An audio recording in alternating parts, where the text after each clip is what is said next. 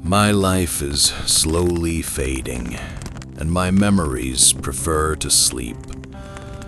But I remember the days when men killed each other over a single woman. Troy, a war for a woman.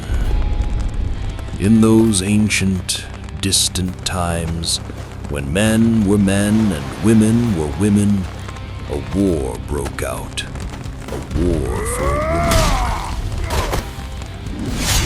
It did not begin beneath the walls of Troy. It all began in palaces smeared with gold and fat.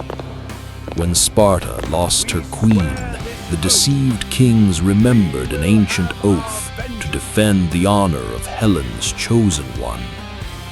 But Odysseus was no fool. He knew a woman's beauty is merely a pretext for wolves.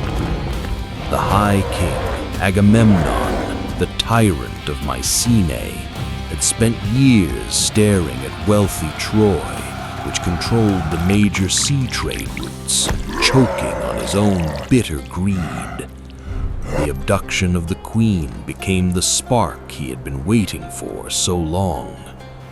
Odysseus tried to evade this slaughter, longing only for peace on his rocky Ithaca. But the iron trap of the oath snapped shut. The kings of the Bronze Age bound themselves by a word that forced thousands of men to launch black ships and march into a foreign land, not for a woman, but for another man's gold and power. Achilles, son of Peleus, was no hero from children's fairy tales. He was a destructive force wrapped in bronze. His wrath condemned thousands of brave souls to the eternal darkness of gloomy Hades, leaving their bodies to be torn by birds of prey. But for every titan, there is a counterweight. Odysseus. He was no demigod, he was a man, the king of rocky Ithaca, who guarded every single one of his warriors like a son. We have two options. He did not seek this carnage, fight, but if he had to fight, or shit. His weapon was cold human cunning, which is far more terrifying than any blind fury. Battle is a crucible. The siege was brutal, and that was when Odysseus resorted to trickery. Let's make a move. Liars will tell you that the wooden horse, which appeared later, was a peace offering for the gods. Odysseus made no gifts. He launched a devastating psychological attack on the enemy. He made the Trojans believe that we had smashed our own fleet into splinters out of sheer despair, building this hideous scarecrow. They looked from their walls at the rotten planks of discarded barges and celebrated our doom. But that was the brilliant tactical deceit of Odysseus. While the enemy panicked over the wooden monster, our finest, swift warships stood completely untouched and unharmed in the sea's shadow behind the cliffs of Tenedos.